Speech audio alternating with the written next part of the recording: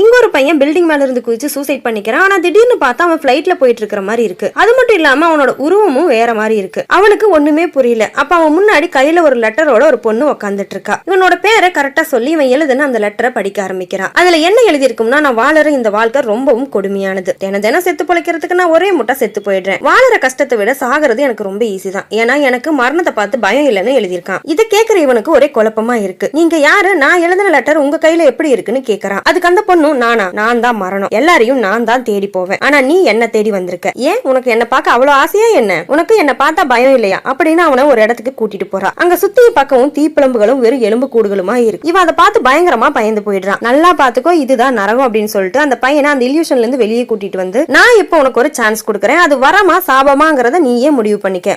இப்பத்துல இருந்து நீ 12 பேர் உடம்புக்குள்ள போவ. அதுல ஃபர்ஸ்ட் ஒருத்தனோட உடம்புக்குள்ளதான் நீ இருக்க. நீ போக போற 12 பேருமே சீக்கிரமா சாக போறவங்க. நீ அவங்களோட உடம்புக்குள்ள போனதுக்கு